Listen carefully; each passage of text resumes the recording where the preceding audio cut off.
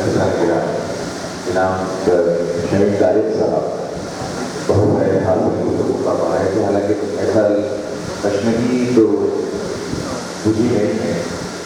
شمیم صاحب نے بالکل پیاسا چھوڑ کر چلے گئے ہیں. جی چاہ رہا تھا کہ اور آپ بیان کرتے ہیں. خیر آئیے اس کے بعد ہم سماعت کرتے ہیں علی جناب پروفیسر شیخ حسن الدین معین الدین صاحب. ان کے مقالے کا عنوان ہے خرد آباد کی خانقاہوں کی سماجی اور ادبی تاریخ. پروفیسر شیخ حسن الدین معین الدین صاحب.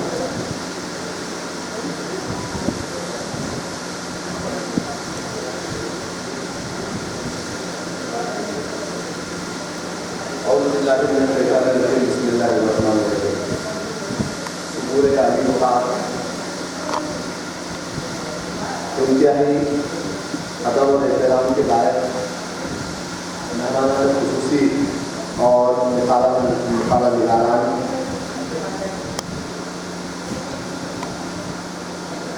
جن کی انگلی پکڑ کر میں آج بھی اردو زبان کو سیکھنے اور سمجھنے کی کوشش کرتا ہوں. میرے اساتذہ اکرام پروفیسر ڈاکٹر وید اختر مرزا صاحب، جن کی تحریروں کے حوالے سے آج میں یہاں آپ کے سامنے کھڑا ہوں. بہت ہی محترم شخصیت پروفیسر ڈاکٹر مسعود انور علی صاحب، جناب شمیم طارق صاحب، میرے بھائیوں، بزرگوں اور دوستوں، السلام علیکم ورحمۃ اللہ وبرکاتہ. تاریخ انسانی اس بات کا مظہر ہے کہ روئے زمین پر بعض شخصیات کے گرد حیرت و احتجاج کی ایک ایسی روشن کہکشاں کا سایہ رہا ہے جس کے تمام ستاروں کا شمار ناممکن نہیں تو مشکل ضرور ہے. ان ستاروں میں عکس ذات بھی ہے اور عکس صفات بھی ہے. ایسی ہی ایک شخصیت 7ویں صدی ہجری اور 14ویں صدی عیسوی کے ہندوستان میں گزری ہے، جسے دنیا نظام الدین اولیاء کے نام سے جانی جاتی ہے. ان کے گرد ستاروں کا ایک جھرمٹ ہے جو عکس ذات کے ساتھ عکس صفات سے بھی مزین ہے. انہی تعبناک اور روشن شخصیات میں امیر خسرو ہے،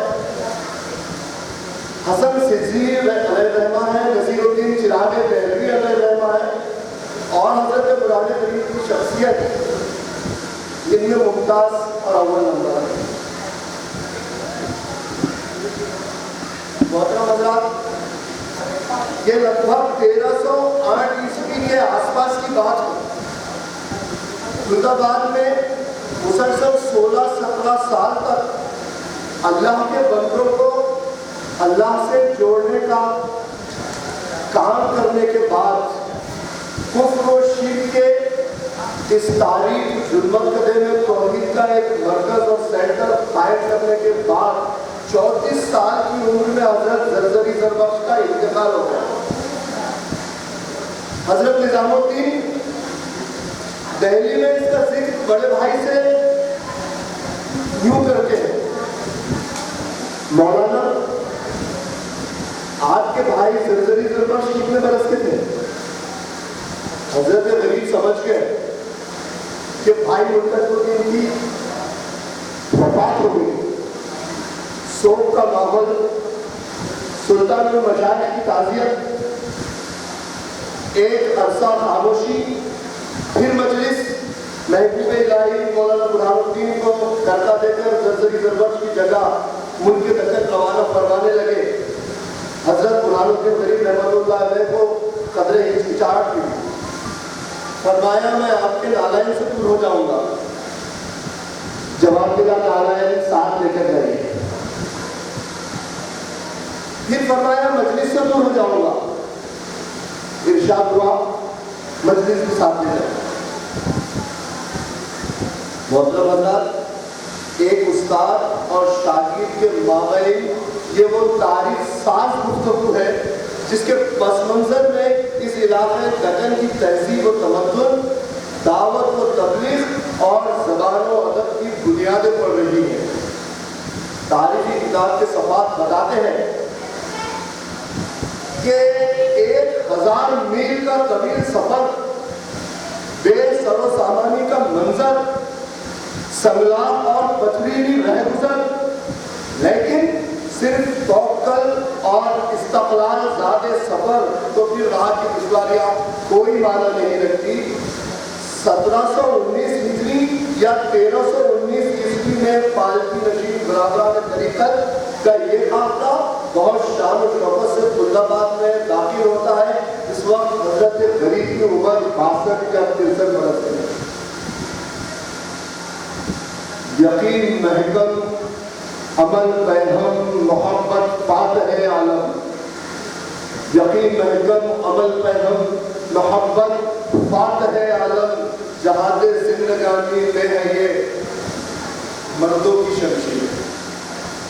خلد آباد میں حضرت غریب نے چشمہ فیض جاری کیا، عشق حقیقی کا ایک مکتب کھولا، درس انسانیت کا ایک مرکز قائم کیا۔ ایسا لگتا ہے قدرت کی اس علاقے کی تقدیر بدلنے پر آ گئی تھی۔ حضرت غریب کی آمد کے 9-10 برسوں میں 1328-29 میں محمد شاہ تغلق حکومت کا دارالخلافہ دہلی سے دولت آباد منتقل کر دیتے ہیں۔ پھر کیا تھا؟ عمرہ گزرا امیر حسن سرزی علیہ الرحمہ جیسے درباری شورا، کاشرانی برادران جیسے ادبا، سید زین الدین داؤد حسین شیرازی، خواجہ حسین شیرازی و عمر شیرازی علیہ الرحمہ جیسے علماء اور صوفیہ، سید یوسف الحسینی شاہد الفتال جیسے مربی اور اعلیٰ درجے کے مصنف، صنعت و حرفت کے ماہرین، مختلف فنون کے ماہرین، کپڑا بننے والے، کاغذ بنانے والے، فقراء اور سماج کے ہر طبقے کے لوگوں پر مشتمل ایک تہذیبی دھارا دولت آباد والی ہوا۔ دہلی سے دولت آباد سڑکیں بنائی گئی، سرائے تعمیر کیے گئے، سڑکوں کے دونوں جانب درخت لگائے گئے تاکہ مسافروں کو راحت اور آرام ملے۔ دولت آباد میں شاندار عمارتیں تعمیر ہوئی۔ دہلی سے دولت آباد کی اس مراجعت نے دولت آباد اور دکن کی سماجی اور معاشی زندگی بدل کر رکھی۔ حاضرین اکرام، شاعر مشرق علامہ اقبال 1933 عیسوی میں اسپین گئے تو وہاں عبد الرحمن اول کی تعمیر کردہ تاریخی مسجد قرطبہ میں حاضری دی، اور اس موقع پر ایک تاریخی نظم مسجد قرطبہ کے لیے قرطبہ کو پڑھا تو دل نے یہ گواہی دی کہ اگر دنیا کی بہترین نظموں کی فہرست مرتب کی جائے تو یقیناً اس میں مسجد قرطبہ کو شامل کیا جائے گا۔ ہم نے نہ اقبال کو دیکھا ہے اور نہ قرطبہ کی زیارت کی، لیکن جب کبھی اذان مغرب سے قبل حضرت غریب کی اس کشادہ خانقاہ کے سہانے اور پرسکون ماحول میں کچھ لمحوں کے لیے بیچوں بیچ کھڑے رہوں تو علامہ کے یہ مصرے کانوں میں ڈوبتے ہیں، گونجتے ہیں۔ تیرا جلال و جمال مرد خدا کی دلیل، وہ بھی جلیل و جمیل، تو بھی جلیل و جمیل، تیری بنا پائیدار، تیرے سے تو بے شمار، شام کے صحرا میں ہو جیسے ہجوم نبی، تیرے درو بام پر وادی احمد کا نور، تیرا مینار بلند جلوہ جبریل، مٹ نہیں سکتا کبھی مرد مسلمان کے ہے اس کی اذانوں سے پاش سر قریب ہو کر۔ خانقاہ کسے کہتے ہیں اور اس کی اصل کیا ہے؟ حاضرین اکرام، مسجد نبوی شریف کو ہم دیکھیں تو معلوم ہوتا ہے کہ وہاں صرف نمازیں نہیں ہوتی، وہاں اصحاب صفہ کا ایک چبوترا بھی تھا جہاں مسافر اور ضعیف مسلمین، غریب مہاجرین جن کا گھر بار نہیں ہوتا تھا، ایسے اصحاب بارگاہ رسالت میں حاضر ہوتے اور اسی چبوترے میں قیام کرواتے۔ حضور ان کی دلجوئی فرماتے، تربیت بھی کرتے تھے، ان کی تعداد کم و بیش ہوتی رہتی تھی، کبھی 70 تو کبھی 200۔ جتنی احادیث ہم تک پہنچتی ہے اور جن حضرات نے روایت کیا ہے ان میں زیادہ تر اصحاب صفہ میں سے تھے۔ حضرت ابو ہریرہ رضی اللہ تعالیٰ عنہ کو لے لیجیے، حضرت ابو ذر غفاری رضی اللہ تعالیٰ عنہ کو لے لیجیے، وہی رہتے تھے۔ ان جیسی صفات رکھنے والوں کو صوفی کہتے ہیں۔ صوفی بیسیکلی اصحاب صفہ سے بھی آئی اور عکس تو وہیں سے کیا گیا ہے کہ وہاں آ کے بیٹھے لنگر بھی کھا لے۔ ایسا نظام کہ جہاں امیر بھی آتے تھے، غریب بھی آتے تھے، غیر مسلم بھی آتے تھے، اس ہاتھ سے آتا تھا، اس ہاتھ سے کسی غریب کی مدد ہو جاتی تھی۔ اور جو قابلین تھے ان کا یہ شیوا تھا کہ نہ جمع نہ تمام اور نہ منع،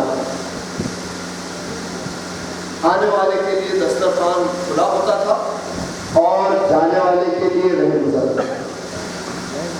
اور حقیقت تو یہ ہے کہ یہ مسجد نبوی کا جو روحانی نظام تھا، اس کا پرتو، اس کا عکس اگر کہیں نظر آتا ہے تو وہ خانقاہی نظام نظر آتا ہے۔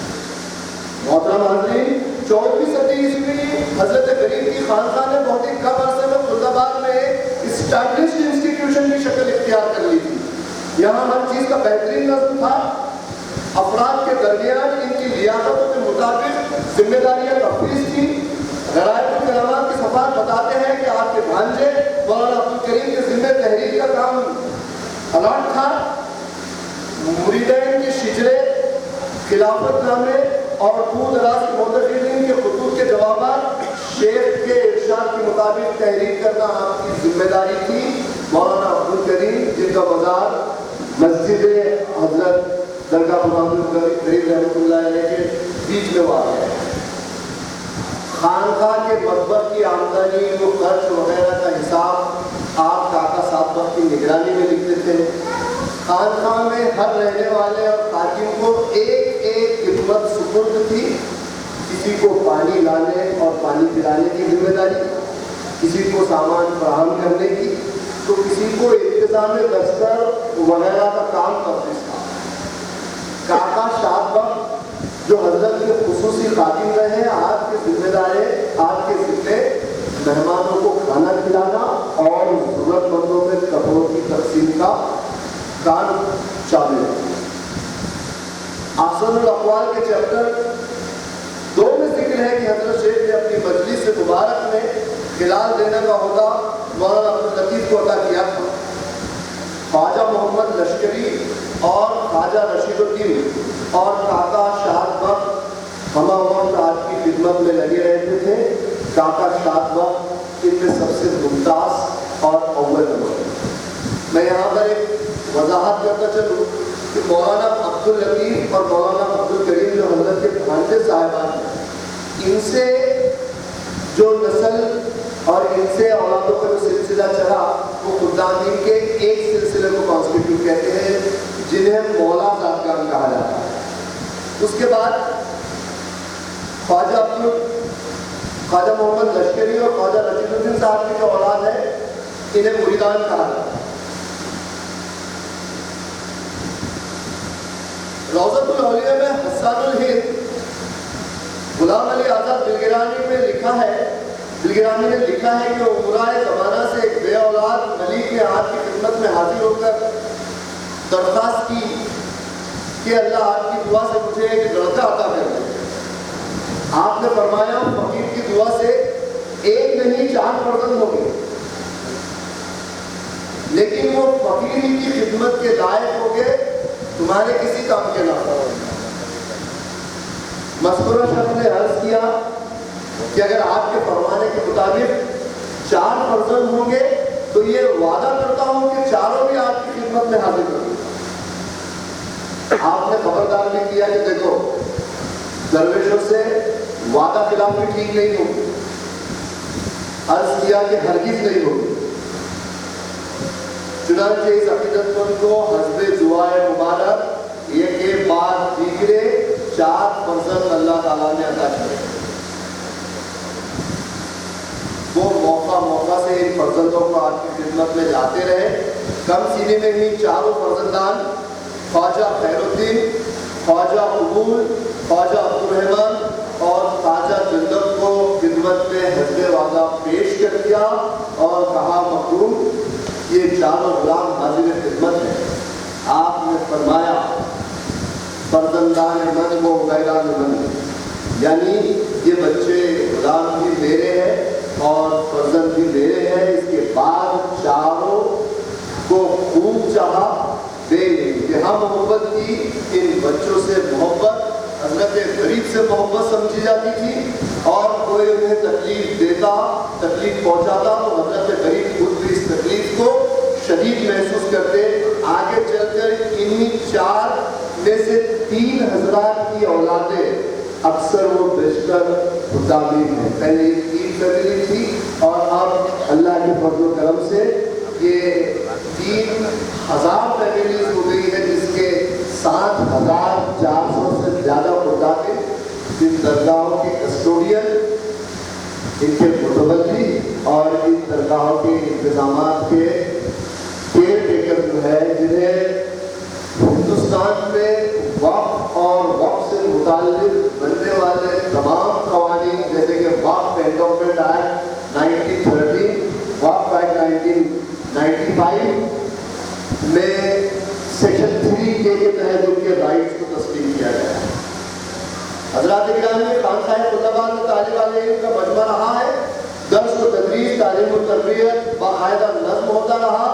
732 ہجری کا 738 ان 6 سالوں کے دوران آداب زندگی کے مختلف موضوعات کے تحت 49 لیکچرز کا ریکارڈ تو نفائس الالفاظ میں موجود ہے. تدریس اس وقت کی عوامی زبان دگنی میں ہوتی تھی. حضرت غریب کا لہجہ صاف، کلام شیریں اور دل فریب تھا. اللہ درجات بلند کرے کاشانی برادران کے کہ جنہوں نے قیمتی خطابات کے نہ صرف ریکارڈ کیا بلکہ آسان الاقوال، نفائس الالفاظ، بقیت الغرائب اور غرائب الکرامات جیسی کتابوں کی شکل میں محفوظ کر دیا. آسان الاقوال کو ایک بار پڑھا تو کئی مشکلاتوں کا انکشاف ہوا. ایک رسالے میں بیان وقت، فصاحت، بلاغت، قرآن، حدیث، ادب اور ادب کے لوازمات کیسے سمجھ سکتے ہیں ملاحظہ ہو. آپ نے فرمایا جس طرح مکھی آئینے کے سامنے سے گزرتی ہے. کہا یہ جا رہا ہے کہ جس قدر فلیش آف سیکنڈ میں ایک مکھی آئینے کے سامنے سے گزر جاتی ہے، کوئی اتنی دیر کے لیے بھی کسی صاحب نظر کے سامنے سے گزر جائے تو کافی. محترم حاضرین، کسی آسان چیز کی مثال دے کر مشکل بات کو سمجھانے اور ہمیشہ کے لیے دماغ میں بٹھا دینے کی ٹیکنیک کو ادب اور خصوصیت سے شاعری میں تشبیہ و استعارہ کہتے ہیں. خانقاہ گرانی میں تقریب ہوئے ان ادبی شہکاروں میں کتنی خوبصورتی اور خوبی سے تشبیہات اور استعارات کا استعمال کیا گیا ہے. ذرا دیکھیے، کہا ہے کہ دل ایک ظروف کی مانند ہے. ظروف کہتے ہیں برتن کو. حضرت غریب کہہ رہے ہیں کہ دل ایک برتن کے مانند ہے. برتن کی کیا کنڈیشن ہوتی ہے کہ جب یہ ظروف خالی ہے تو اس وقت ہوا سے بھرا ہوا ہے. دیکھیے عام طور پہ ایک عام نظر جب ہم دیکھیں گے کہ برتن خالی ہے، لیکن حضرت غریب ارشاد فرما رہے ہیں کہ وہ خالی نہیں ہے، وہ کسی چیز سے بھرا ہوا ہے اور جس چیز سے بھرا ہوا ہے وہ ہوا سے بھرا ہوا ہے. اور جب کوئی اس چیز اور جب کوئی چیز اس میں ڈالی جائے تو یہ ہوا سے خالی ہوتا ہے. دل کا معاملہ بھی بالکل اسی طرح ہے.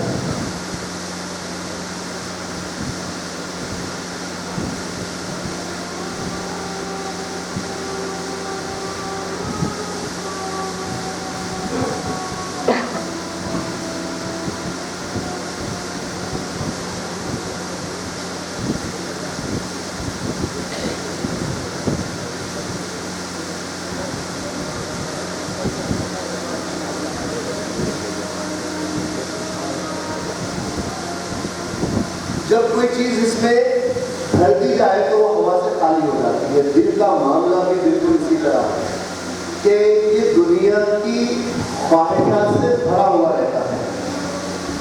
جس لمحے ہم اس میں اللہ کی محبت ڈالتے ہیں خواہشات دنیا کی آٹومیٹک جو ہے تو اس سے بھاگتی ہے. نفائس الالفاظ کے اقتباسات دراصل شخصیت سازی کے وہ انمول گوہر رہے ہیں جو ہمیں گہری سوچ و فکر کی دعوت دیتے ہیں.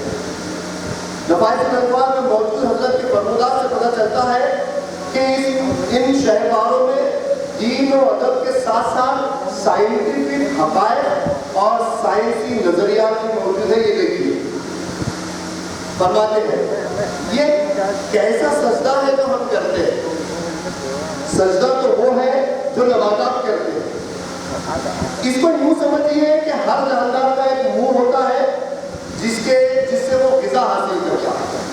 نباتات جب تک کھڑے رہتے ہیں ان کا منہ جن سے وہ غذا حاصل کرتے ہیں یعنی کہ جڑ زمین میں گڑی ہوتی ہے یعنی وہ ہمہ وقت سجدے میں پڑے رہتے ہیں. حضرت غریب نے نباتات کی مثال دے کر اپنی عبادت کی بے کیفیتی کا اظہار کیا.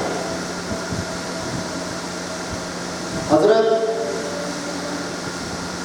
برہان الدین غریب نے رکن الدین نبیل کاشانی سے فرمائش کی کہ وہ تصوف کے بنیادی اصول و آداب سلوک پر ایک مستند کتاب لکھی. انہوں نے حضرت غریب کی اس خواہش کو شمائل الادویہ تعلیم کر کے پورا کیا.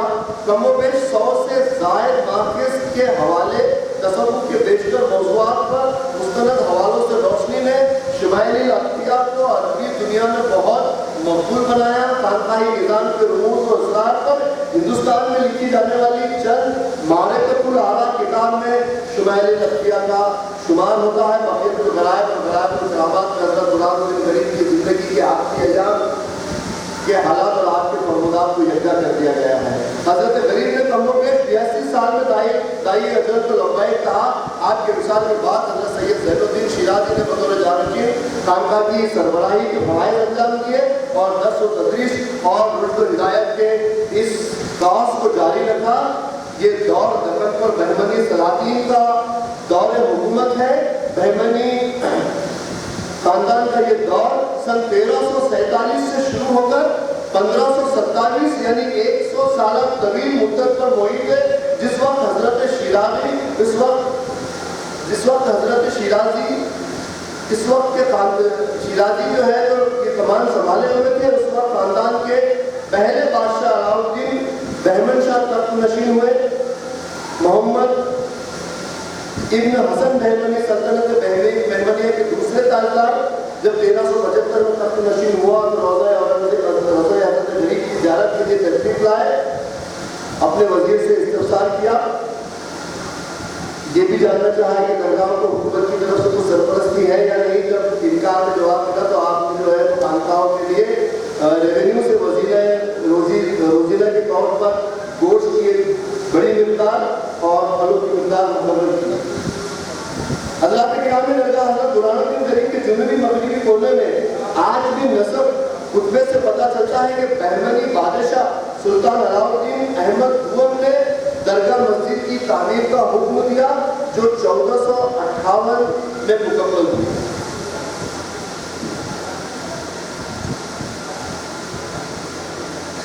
کہنے کو تو ابھی بہت کچھ باقی ہے لیکن بہرحال نہ وقت اس کی اجازت دیتا ہے اور نہ حالات.